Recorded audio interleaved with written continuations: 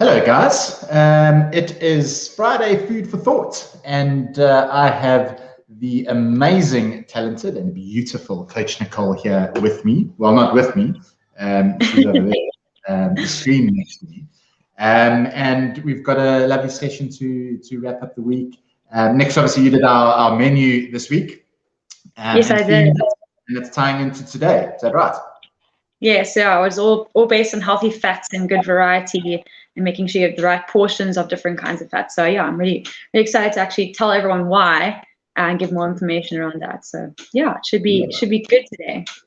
And it's a topic that comes up quite a bit. Obviously, there's a lot of noise in the fat space that we all know about. And Nix is a dietitian herself as well. So her and I have borne the brunt of all sorts of myths and queries and questions. And it's one of those things. So it's quite nice to kind of cut through that today and give a little bit of info, a little bit of what we call the good, the bad, and the ugly of fats, and why they might be healthy and why they might not. And I'm really kind of looking forward to that, because I think it's useful for everyone, and hopefully they'll get a bit of value out of it, which will be cool.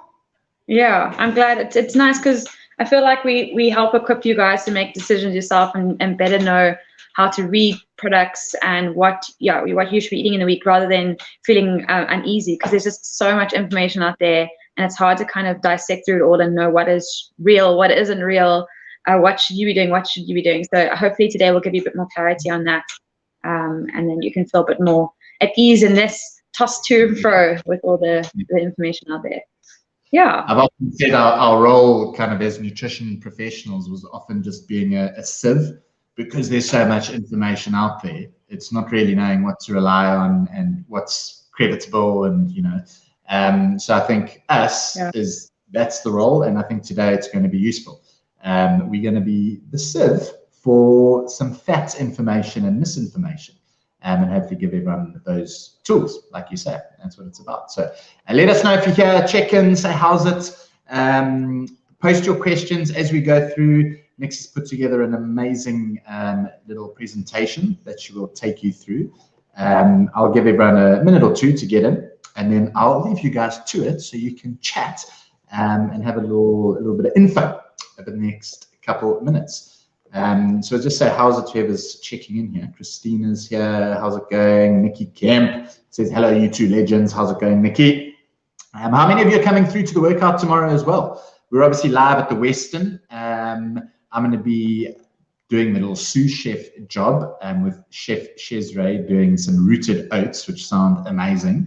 So we're going to have a little food going. We've also got the 8 o'clock workout. We've got some flow. We've got some Zumba. It's going to be epic. So if you can join us, if you've got a space, a ticket, pull in. Otherwise, obviously, tune in. We're going to have some fun tomorrow, because it's our Jeff-anniversary. Can you believe it's been a year of going into, well, since Jeff Together started, which is amazing.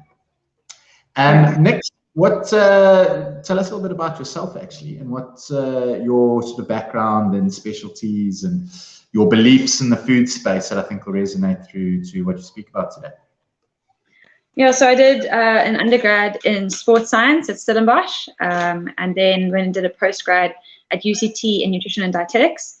I quite like that. I learned a lot in undergrad about how food is so important with exercise, and so that kind of sparked that kind of interest in it, because I was always a sporty person in school. So I was like, okay, sport is going to be the way. And then through varsity, realized actually I need to learn a bit more about your nutrition. So yeah, I'm excited. I'm excited to be able to work in a space where I'm able to use both of those qualifications to help assist people with exercise and nutrition, because it really is, both go hand in hand. Obviously, nutrition is a large part of it, but it's so important to be active and eat right. So yeah, I'm glad I'm part of the Jeff team.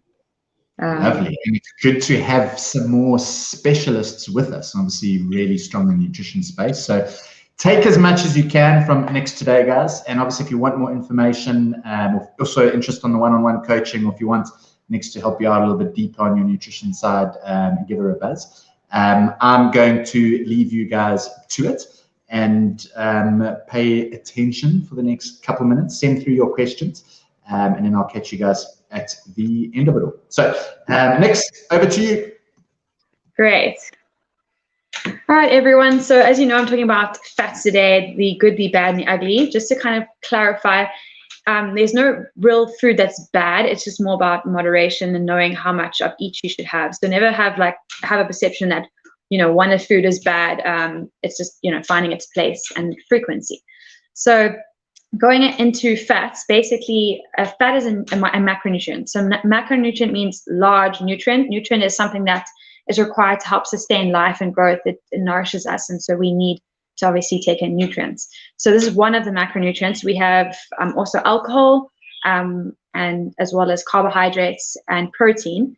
And looking at all four of those, fat is the highest or the most energy dense of the four. So it is 9 calories or 36 kilojoules per gram, so quite high in calories and kilojoules compared to your protein and carbs, which is 4 calories or 16 kilojoules, and also compared to your alcohol, which is 7 calories. So you can see that your fat is definitely the more energy dense or the highest energy macronutrient. So with that being said, we know why we need to have small quantities in our diet, because there's just a lot of energy coming from small amounts of fat. It's really good in providing energy for our body, but isn't as efficient as carbs. The carbs are quite a lot easier to break down than fats. Fats take longer to burn.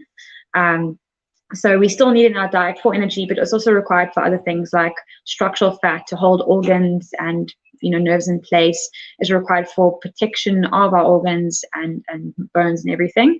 Is required for insulation. As you know, we often complain about our excess insulation to help maintain the body temperature. Also is required for fat-soluble vitamins, so digestion, transport, and absorption of those, as well as hormones in the body and in gastric emptying. So protein and fat take longer to leave the stomach compared to carbohydrates.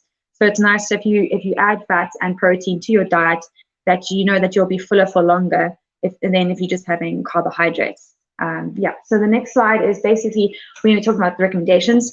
As you know, because it's high energy macronutrient, we don't need a lot of it in our diet. About 30% comes from, we need from fat, and also because of its uses in our body, particularly unsaturated fat, we need more of in our diet, and those come from things like fish, avo, nuts, sunflower oils, canola oils, those kind of things, and then less saturated fat, it's about 10% or less in our diet, and those come from your animal products, your dairy products, your cheeses, those kind of things. And then trans fat, we need little to no trans fat in our diet, and those mainly your fried foods, your processed foods, your baked goods, and then also ruminant trans fats we also don't need too much of, which is more coming from our animal products. If we look particularly at saturated fat, it is a fat that is solid room temperature. So I mentioned on Sunday, if you're cooking mince, for example, and you let the mince cool down, you'll see that that top layer of fat is pretty hard. That's a saturated fat. So that's an example of what it would look like at room temperature. It's definitely something we don't need too much of in our diet, because anything above the recommended intake is associated with increased risk for heart disease, as well as increased cholesterol levels, such as your LDL. So the LDL is your low density lipids. Those are ones that we don't need as much of. If too much of that in our bodies can also, again, increase risk for heart disease, inflammation, among other things. So we want to not have too much LDL and have more HDL, which is your high density lipids in our blood. If you're looking at labels, to know what products are high or moderate or low in saturated fat, you need to look at the per 100 column, because quite often the products vary in serving sizes. So if you look at the serving size, you might see that it's different grams, and it's not easy to compare products. So always try and look at the 100 gram column, and then look for products that are lower in saturated fat, so less than 1.5 grams per 100 grams, or on the lower end of the moderate range, so between 1.5 and 5 grams. Anything above 5 grams is considered high in saturated fat. So again, not to say that you can't have it, but then you need to make sure that you're having limited amounts. So if you have a product that's high in saturated fat, then make sure the rest of your products are low, because the majority of your fat needs to be more unsaturated fat than saturated fat. Sources include your animal products and proteins such as red meat, game, pork, bacon, your chicken skin, your full cream products like your ice creams, your full cream milk, your full cream yogurt. Those kind of foods will have more saturated fats, which is why we try and go for the low fat options, and why we try and have more chicken and fish in the week compared to your red meat, pork, bacon, those kind of foods. Also, fried, baked, or convenience foods will normally have high saturated fats, so cookies, chips, biscuits, those kind of things, which I know everyone seems to like more, but just making sure that when you're having them, you're not having the whole, pack of cookies, but just having a few. And then also coconut oil and milk, quite often people think is high in saturated fat. So another thing we need to try and limit. Then looking at trans fats and hydrogenated fats. So basically trans fats are formed by when vegetable oils are converted into semi-solids through hydrogenation. So adding up hydrogen atoms to, I'm not going to go into the whole biochemistry, but basically that's the summary of it. And why we use them is because they actually increase shelf life and they help make oils or margarines firmer. They're inexpensive to make, they last long, and they can be used multiple times. So, like KFC, McDonald's, those kind of places, they'll use the oil over and over again, and then it becomes more hydrogenated and more of a trans fat, which is obviously not very healthy. So if you have KFC or, your takeout fried chips, those kind of things, quite frequently, you're probably getting in more trans fat than you need. So yeah, again, limit those options. And also it gives a desirable taste and texture. So it's people like it, which is why we tend to crave it more and want it more, but again, not ideal for your health. And why is because it increases your inflammatory markers in the body, so increases inflammation in general, increases blood cholesterol, and like I said earlier, the LDL cholesterol in particular is the more unhealthy cholesterol, and then lowers the HDL, which is your healthier cholesterol. So if you don't remember as high density lipids, just remember as healthy lipids. It just helps one remember that if you're going for blood tests and stuff, that you'd rather have that higher and not lower, and the LDL lower. And then also increases your risk for heart disease, like coronary artery diseases, strokes, and type 2 diabetes. And then your sources include, like I said, the deep fried foods, chips, pie crust, cookies, stick margarines, all those kind of things. So frozen pizzas, I know people like to buy those and pop them in the freezer. Like, when you're having a day that's just too crazy, just pop one of those in the oven. But yeah, again, don't have that too often. Rather make your own pizzas. I know that takes time. Or choose other options and have that less frequently. Then looking at unsaturated fats. So again, also needed in small quantities. Like I said, they're all high energy, so still needed in small quantities, but of the 30% or less of our total energy intake, more unsaturated fat than saturated fats. So looking at this fat, it's more liquid at room temperature compared to your saturated fats. And when taken in place of saturated fats, actually helps lower your cholesterol, your LDL cholesterol, helps lower your triglycerides, which are fat levels in your body, and total cholesterol, and also may increase the HDL, or your healthy lipids in the blood. And one of the examples is omega-9 is a monounsaturated fat. It's not essential. So the difference between essential and non-essential, I don't know if you've heard much of that, from pages you've read or, talks you've heard. But basically the difference between essential and non-essential is essential, you need to eat it to have it. So it has to come from a food substance, whereas non-essential, you can eat something else and then your body can basically convert it into that fat, in this case being omega-9. So it's not essential because your body can make it from other foods that you take it in. It doesn't have to get in omega-9 to have omega-9. And sources include avo, nut butters, nuts, olives or olive oil, canola oil, pesto, all those like nuts and seeds and avos are so good to incorporate.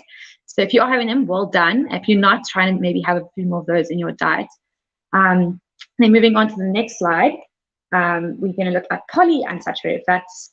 These help lower cholesterol levels, and omega-3 and 6 fall into this category. They're essential. So like I just said, they need to be eaten for you to have them. Your body can't make them from other foods that don't contain them.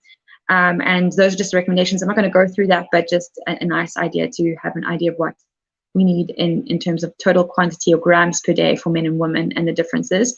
For lactating and breastfeeding mothers, they probably need more omega-3 and 6 than your general woman. Then omega-3 is really good because it helps lower triglyceride levels. It helps reduce risk for heart disease, build up a plaque in the blood. It actually helps reduce that. So that's with your arthritis, your atherosclerosis. So that's just basically the narrowing of the arteries. It actually helps with that and reducing the risk of that. And blood clotting, another one, rheumatoid arthritis, it may help with inflammation. It also may help with depression and mental health issues, and assisting lower blood pressure. So there's obviously a lot of research out there, and they've just shown benefits in these things. So yeah, it's good to have them in your diet. And sources include your chia seeds, your flax seeds, and your flaxseed oil is great to add to food. So you could add to your cereals, you could add it to your sauces if you wanted to, but it's a nice thing to add. Fatty fish is really, really good to have.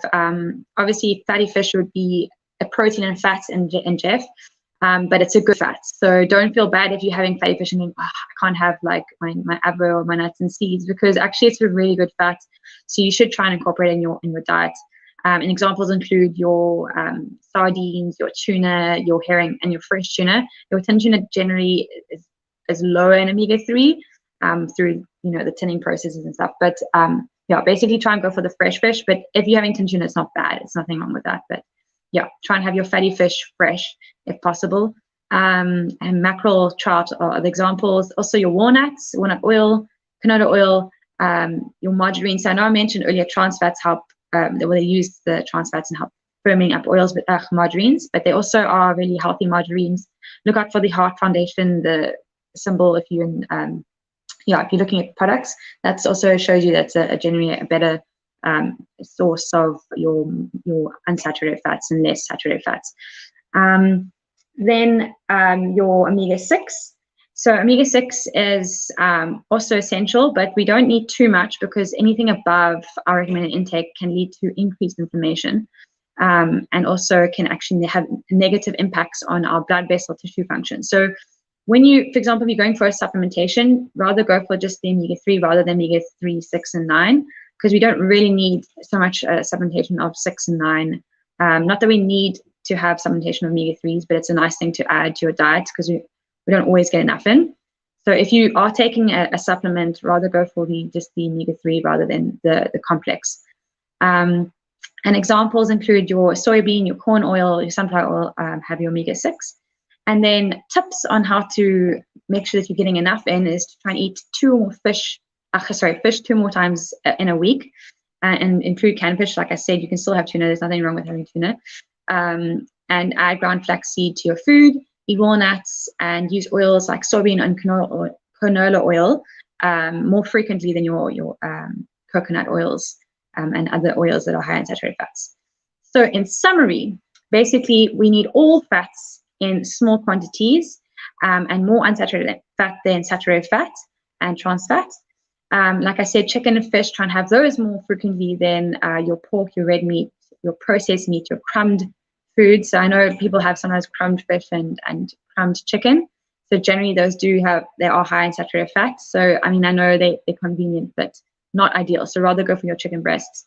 And you can cook them also in your oven, and it's as easy as using crumbed options. Then remove the skin from the chicken. I can really hear some of you, because I know a lot of people have complained and said, well, all the flavors in the skin, why would you want to remove the skin? Well, I really like the taste. There is a tip: take the skin off before you cook, and then the flavor will actually go into the flesh of the chicken rather than the skin, and then you still have a lovely, delicious chicken breast or thigh, and it's going to be healthier. And then also visible fat on meat. Also cut off the fat, and I know people are also upset about that. It's not to say you can't, so you can have now and then have fat on your meat, but most of the time choose to remove it, or just choose your leaner options.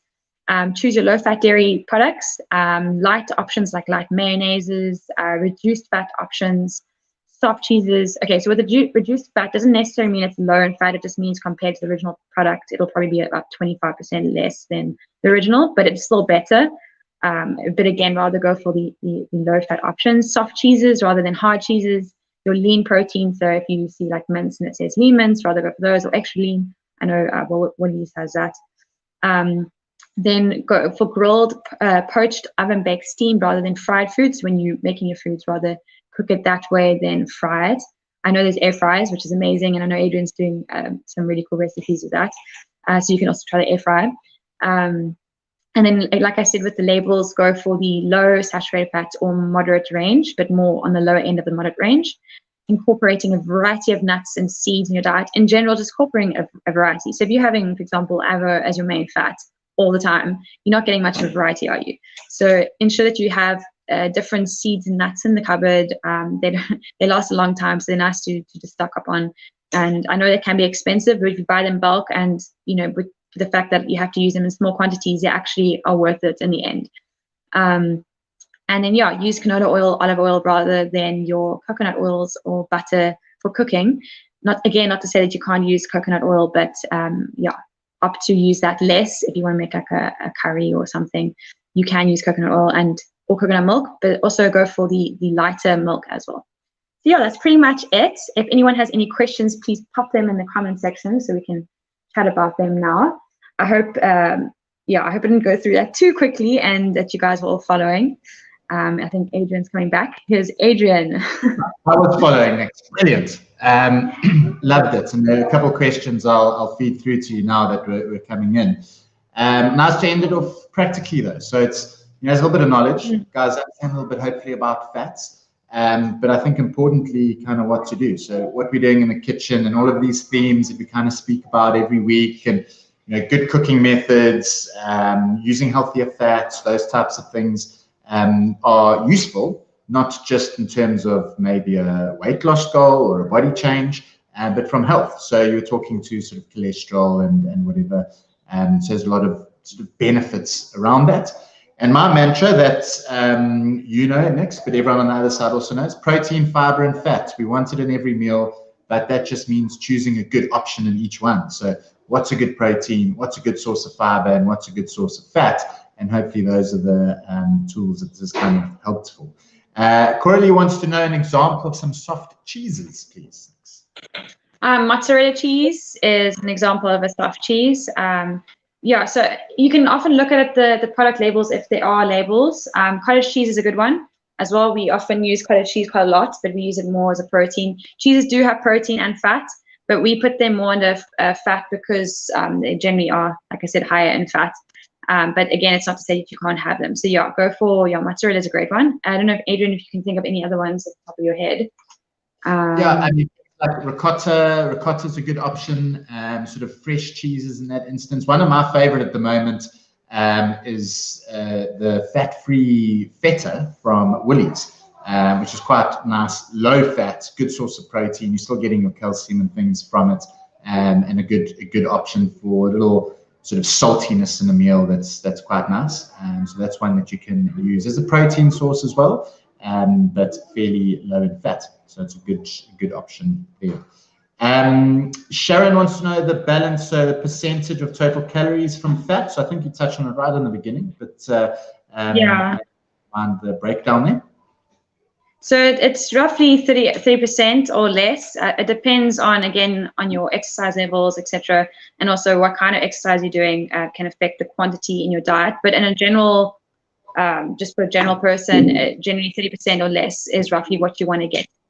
Yeah, so I think that pretty much sums it up. Okay. So what in terms of sort of standard approaches, 30% is good, and Nick's gave you a little bit of breakdown between like trying to keep saturated down and obviously trans fat, which is the one that we want to limit as much as possible. But everyone's a little bit different, and that's also the value of, you know, when you're personalizing and tailoring a nutrition approach. Something like our one-on-one, where you've got an assessment, and someone might need 35 or 40% of their calories coming from fat. Someone else, you might drop it down to 15 or 20 and try get your energy in from different places. So it all depends. 30% is a good starting point, but obviously tailoring it also needs to match, like Nick said, the training that you're doing, the goals that you've got, what the rest of your diet looks like. But you've at least got a starting point to sort of work from, which is great. I was doing a session the other day with talking about which diet is best. I mean, everyone tries to demonize either sugar or demonize fat. You kind of, you know, there's always this polarizing approach to it. But personally, and I don't know how kind of you feel with this, Nick, but The kind of like evil combo is actually the two of them together. And the foods that we eat more of and normally are very energy dense come with both. So you're talking about reading labels, but also looking out for both sugar and fat combined, because sometimes that's the rewarding food and the thing that we struggle the most to try to keep our portions down on. Yeah, I mean, sugar, if you look at your labels as well, you want to have nothing that's above 15 grams per 100 grams, because then that's a very high sugar content. So just making sure you read your labels. I would go for the low sugar. I think it's less than 5 grams per 100 grams. So that's a lower sugar. But again, like I said, it's not to say you can't have the moderate or higher range. Just making sure you're having it in moderation. Yeah, so like don't have treats every single day, because then obviously you're getting in quite a lot of sugar. And remember, that's going to be replacing other nutrients that you could be eating. We like to say, nutrient-rich foods versus kind of empty calories. So just make sure you're choosing wisely, that you're getting foods that are providing vitamins and minerals and fiber and other things, and not just, fat or sugar. Exactly. And portion control. We get away with things when we're a bit more mindful of how much we're eating, and those kinds of choices, like the things that are slightly higher sugar or higher fat, they're still foods that we'll enjoy, and we're never going to demonize one food on its own. But that's also the beauty of having the day and a half. That's what it's for. Be a little bit flexible, and you can still enjoy things while getting towards your goals that way. Just want to see a couple of questions that came in. Sharon wants to know, peanut butter is not as good as raw plain nuts as a fat with your oats. And so, Nix, your sort of opinion on peanut butter versus nuts, using it as a fat source? Honestly, they're both great. You could choose products that are low sugar, low sodium, but I mean, they both have their places. Again, there's no point in saying this is one is superior than the other, because it's all about finding its balance. I mean, peanut butter is great to add. I love peanut butter. I don't think it's bad. And peanuts also are great. Obviously, raw, you're not going to have the addition of sodium or other additives or preservatives necessarily, but it's not to say that peanut butter is going to be loaded with bad things either. So you can use both. I wouldn't say one is better than the other. In my opinion. Yeah, I think that's bang on. Nancy says that low-fat milks affect her tummy, and you don't take sugar, use natural stevia. So I'm personally not too sure why a low-fat milk might do that. I don't know if you've got a thought on it, as opposed to, I assume by that you mean that if it's fat-free or it's full cream, it doesn't impact your tummy. But the only thing that might vary is the amount of lactose that's in it, because if there's less fat, everything else is a little bit more of, and you might have a bit of a sensitivity to that. But quite often it's trial and error to kind of work out what you respond a bit better to, and there might be foods that kind of impact that. Sharon, loads of questions. I love it. Almond milk, how come that is not a fat? It does have a fat in it, but I mean, nuts also have protein. So you got to remember that, and they also have fiber. So it still provides a protein as well, because milk is also a combination of carbohydrates and protein. So it is a good alternative. They might be varying levels in terms of, it might have more fat, but at different, like your unsaturated fats, I think. But yeah, it's not a fat. It's more of like a milk substitute than anything. I don't know if you want to add. Dilute. So essentially, when you're making almond milk, you've crushed them, and you squeezing out water through it to get the flavor of the almonds. But it doesn't extract a lot of the fat or the protein or anything in there. So it's quite dilute in the end product. So unsweetened almond milk, calorie-wise, is very low, as opposed to a dairy milk, which is a complete food in itself. Almond milk is really just kind of almond flavored water, as a way of kind of explaining it. You then get sweetened and unsweetened, and the sweetened one that just added a little bit of sugar or artificial sweetener or something too. But almond milk is a good alternative if you're looking at a dairy-free option, but you can't use it to get, like Nick said, much protein because it's quite low. So other dairy milks, or other milks, sorry, like a soy milk might be better because you get a bit of protein from that. But your nuts and your oats and your rice milks are typically quite low in protein, might come with a little bit of carbohydrate, but typically fat is fairly low, just because the extraction doesn't really get a lot out of it. So hopefully that answers your question. Nicole wants to know, when you how do you measure oil when you're using spray and cook? I just honestly, spray and cook is so light; it's hardly going to contribute to any fat intake. So unless you're just sitting there spraying like for ages and getting quite a layer on the bottom, it's actually really nice to use and then have your fat unit for, I mean, other options like avocado, nuts, seeds. So it's a nice one if you need to cook. You need to cook with a little bit of fat, but not adding too much calories to your diet, and still make use of other fat options. So I often recommend that to clients, for example, if they've through the day had extra fat in other meals, so then they would have to reduce their cooking oil allocation. Then I just suggest that they use a spray and cook option for cooking, and then you still have their fat unit to have nuts, seeds, or other things. Exactly. And you can also, I tried it in one of the cooks, I can't remember which it was, but you can make your own spray and cook essentially. You just buy a little sprayer, you put some oil in it. So when you want to spray it onto a pan, you can get a lot less. It just covers it, and you can just put some olive oil into one of those little like garden spritzer things, kind of that. And you'll use a lot less fat cooking. So if you really want to lean it up and keep your calories and fat down, and like Nick said, maybe save it for eating as part of the meal instead, you can just make your own. And you can flavor it as well. You can get different things in there and have a little bit of fun with it. Nancy wants to know about coconut butter instead of cow's milk. I don't know if it's a fair sort of substitute between the two, but you mentioned a bit about coconut-based fats. Next. Yeah, so coconut is more of a it's got a lot of saturated fat in it. So you can use it. It's not to say you can't, but it will probably be higher in saturated fat compared to a different alternative. I'm not too sure about cow's milk, but because cow milk does have saturated fat, but I don't think it has as much as coconut butter. I haven't actually compared the two. I don't know if you know, Adrian, specifics. Butter and coconut butter will have fairly similar levels, but cow's milk, it's just the cream really where most of that fat is. Remember, in 100 mils of full cream milk, you're only getting about 4 grams of fat, so it's pretty low. But coconut butter, oils, they're almost 100% fat, so slightly different. So couldn't really compare the two of them. But so coconut butter is going to be high in saturated fat. If you mean compared to cow's milk butter, I'd still rather go cow's milk, to be honest. Particularly if it's some good quality stuff. And you mentioned a little bit on sort of ruminant trans fats, which is some of you would have seen the supplement version of it on the shelves called CLA, which mythically people thought would affect fat loss, but it doesn't. But it can seem to be a bit of a neutral fat in terms of heart health. And so you've got some good quality, it's okay.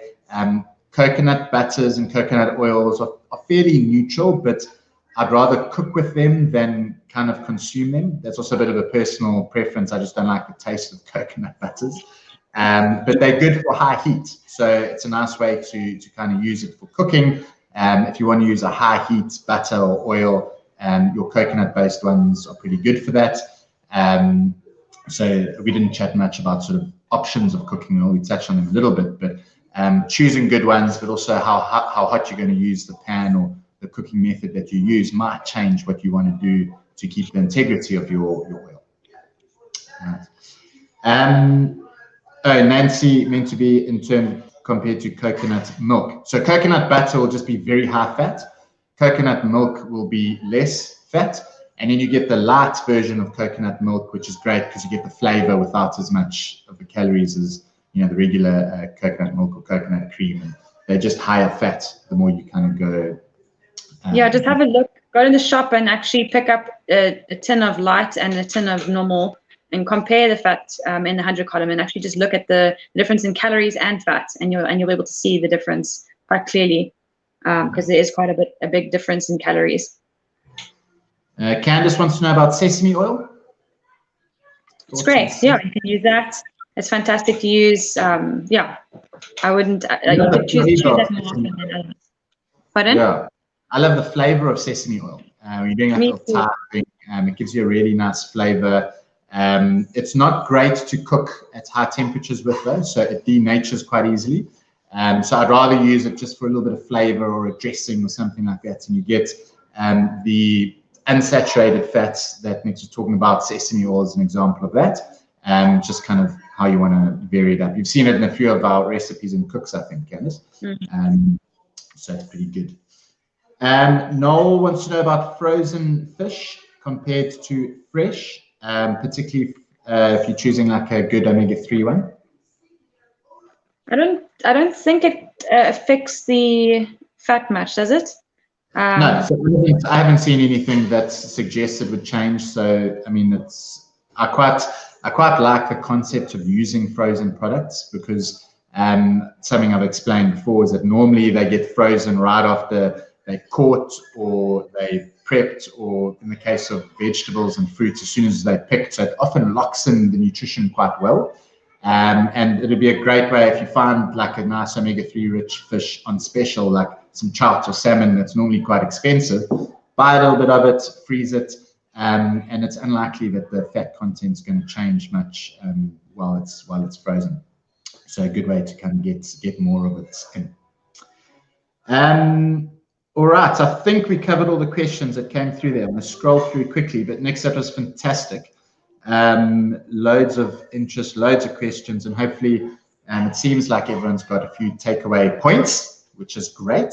And hopefully when you're adding that fat component to your protein and fiber, you've got a little bit about what to choose and how to go about building a healthy fat profile on your dish. Any last words, Nix, to wrap up the week? I'm excited it's Friday. I don't know about everyone else, but I'm excited it's Friday. And yeah, I hope you guys have a wonderful weekend. It was so nice having this opportunity to chat to you all. And I'm hoping that I was able to simplify things a little bit and give you more clarity and just equip you to make better choices going to when you go to the store. You can actually just pick up a product and look at the nutritional column and be able to know if it's low in saturated fat or, yeah. So I'm hoping that you feel better about that. Thanks so much, Adrian. It was really, it's always great chatting with you. Yeah. Thanks for your time. And we did it was a while back, some stuff on reading labels, but you've brought it up quite a few times today. So I think we got you back in to share some knowledge on what to look for with labels. I might have to twist your arm to spend another Friday with it. Yeah, I think it's really great. I think it's nice to be able to read your labels yourself. And I mean, a lot of my clients are often showing me pictures of labels, not to say it's a bad thing, but there's so many products changing all the time, and it doesn't help if I say this bread is superior to that bread, and you know, it's better that you guys can actually read it yourself. So I think it'll be a good one to do. Lovely. Great stuff. Nix, thanks so much for your time, guys. Well done on a super week.